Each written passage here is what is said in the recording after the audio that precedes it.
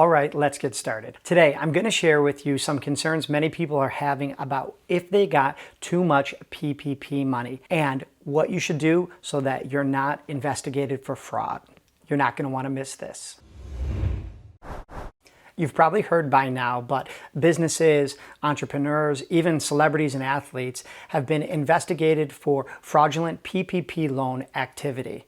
In some cases, there have been arrests, and in others, the investigations are still pending. So I wanted to help alleviate any nervousness or concerns you might be having if your PPP loan amount was incorrect. In this video, I'm going to go over exactly what to do to, number one, ensure that your PPP loan amount was correct, and number two, get in touch with your lender to be sure you know the exact forgiveness amount available. And if there is any extra money, I'll guide you on what you can do with that money until your lender is ready to accept it back. Okay, so let's jump right in. I have been on a number of one-on-one consultation calls with me and a client who are worried that they have received too much PPP money. And on one hand, it was an honest mistake, and on the other, they're wondering if they can actually use those funds to help their business. However, there is a specific amount of money that was supposed to go to each individual business. And I'm talking about the self-employed, the independent contractors, the sole proprietors here.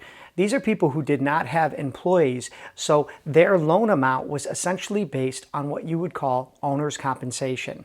And that owner's compensation is 100% forgivable when you elect the 24-week covered period for forgiveness. Now, I've done videos on how to pay yourself your PPP 100% owner's compensation, along with how to fill in the easy PPP loan forgiveness form. But before you go and try to check those videos out, I want to guide you on what to do today. So first, I'm going to include down in the description of this video access to a PPP loan amount calculator. This is completely free to sign up for, but I simply want you to plug in that line 31 and see what your correct PPP loan amount should have been. Now, what's great is if you know that correct number, you know exactly how much you're allowed to pay yourself. And once you are certain on that number, you can then withdraw those funds and use them as owner's compensation, aka paying yourself. However, I've heard of people getting tens of hundreds of thousands of dollars extra. Maybe the bank made a mistake. Maybe you had somebody helping you fill in the application and they messed up. And it is a major concern if this is happening. So what I'd like for you to do next is to take action and contact your lender. Specifically, we're going to send them an email or a secured message if you have an account with them. Now, in this message to them, you are going to address your PPP concerns and request guidance from your lender. And this is going to become important for two very important purposes. Number one, you are creating a legal document trail that you had concerns about perhaps having too much PPP money. And number two, you are seeking guidance on how to give back any extra money. Now, to be clear, the SBA no longer offers any sort of guidance on how to give back excess funds. And many lenders, to be honest with you, are unsure of how to proceed either without that SBA guidance. So here's what I'm going to recommend. In the description of this video, I also have the exact email you can send, something short and sweet. It reads just like this. Hello, name of your PPP lender.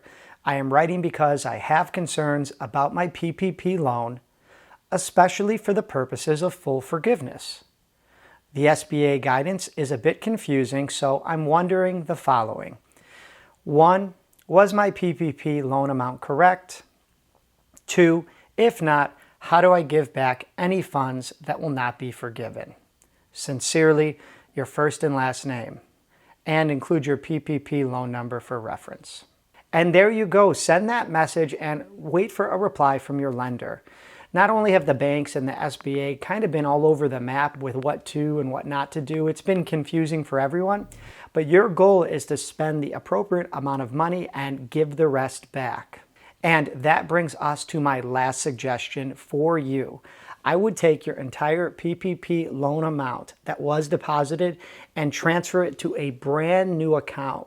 Consider it a PPP account. I've been using CIT Bank because they have a higher interest rate and I can earn a few bucks off of having that money in that account. I'll leave a link for that bank down below in the description if you'd like to check it out. Now, the reason for the brand new account is to keep your documentation crystal clear. It's not going to be muddied with other sorts of withdrawals or deposits, and you won't have to explain much in terms of what the money was used for. See, if you got too much money and you deposit that entire loan amount in a new account, your new statements from that account are simply going to show, one, your deposit of the entire PPP loan amount, and then two, your withdrawals to pay yourself the correct PPP loan amount that you're allowed to withdraw.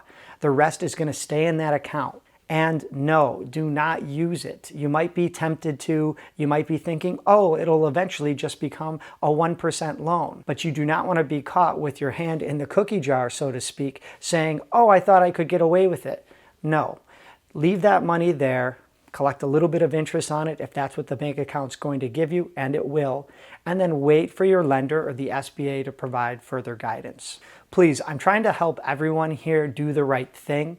It's not okay if the bank gave you extra money just to think that you can use it and you're going to get away with it scot-free. Likewise, the timelines on forgiveness are taking forever. Many banks want you to elect the 24-week period in order to give yourself enough time to use all the money. In doing so, 100% of that loan can be forgiven. However, 24 weeks is a long time. And the banks then have an additional 60 days to review your forgiveness application.